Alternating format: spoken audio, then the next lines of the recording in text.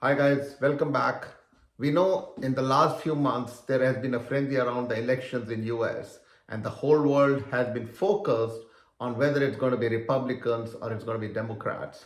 Now, there has been a close fight or it was expected to be a close fight between Republicans and Democrats, but Republican took it home, and just like previous elections when we always thought it's a close fight, Republicans always had underdog status and they always did better than the polls projected.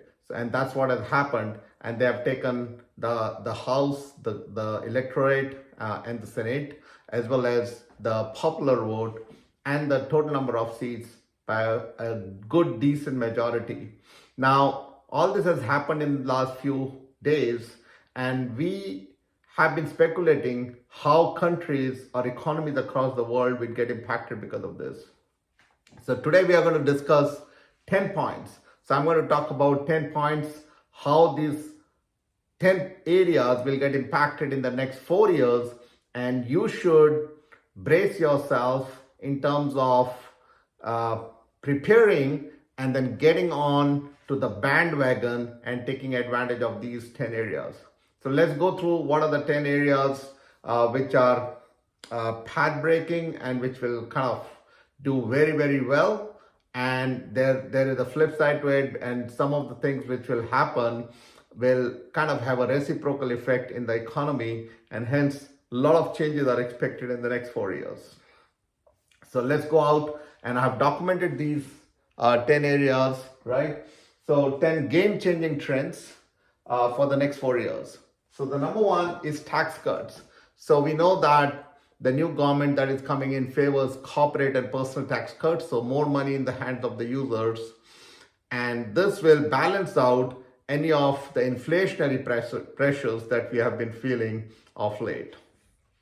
So tax cut, corporate and personal tax cut is a very good thing because you get more money in your hand and then you can kind of leverage that to balance out the inflationary pressures. Second is import tariff. Because of import duties, the US economy is supposed to have a more of a level playing field. So if you're getting a car at $50,000 from overseas, and it's costing you $100,000 to make in US, then there will be 100% tariff on that car, so that both the vehicle which is imported and that manufactured in US are at par, and it's become a level playing field. So that's a very good thing for the local manufacturing jobs. So we feel that the manufacturing industry in US should take off. Number three is the high tech and AI. We know that the Republicans support the new technology areas, and they are very hyped up about electric vehicles, artificial intelligence, chip technology, blockchain, so on and so forth. So those areas will be favored because of the business mindset that the Republicans have. So stocks will take off big time. We have already seen stocks like Nvidia, Palantir, and Facebook, as well as other stocks take off at the same time, right? ETFs like Coinbase have also taken off. Tesla has taken off. So we have seen that in last 2 to 3 or 4 days, almost a 30% gain in these stocks. So all high tech and high growth stocks are expected to do well, and NASDAQ would be the place to play those games in. Next is the cryptocurrency. So we know that the new government favors crypto, and it has a liberal approach towards cryptocurrency. So what we call as controlling or policy framework around crypto will get better, and we see crypto already, it has become the highest it has ever been. So Bitcoin has hit 82,500 as of today, and that was just 60,000 or 62,000 just before the elections. So we expect the cryptocurrency to keep doing better and better. Number 5 is the fossil fuel. So we know the liberal government, the Republican government, the Republican government favor the fossil fuel. And because of the fossil fuel, we expect the oil and gas prices to come down, but at the same time, oil and gas companies will do much, much better, right? So though EV is favored from an AI perspective, there is also usage for oil and gas. So fossil fuel will actually do much, much better. The next is the infrastructure spend. We know the new president is from a real estate background. So infrastructure is a big, big thing that they're going to spend money on. And that will create millions and millions of jobs across the United States. And those will remain, possibly all of them, they will be contained within the country. So that's again a good thing. So infrastructure spend is again a very good area for growth in the next 4 years. Number 7 is healthcare. So healthcare privatization has been proposed, and we expect the healthcare, both genome technology and gene editing technology, to take off.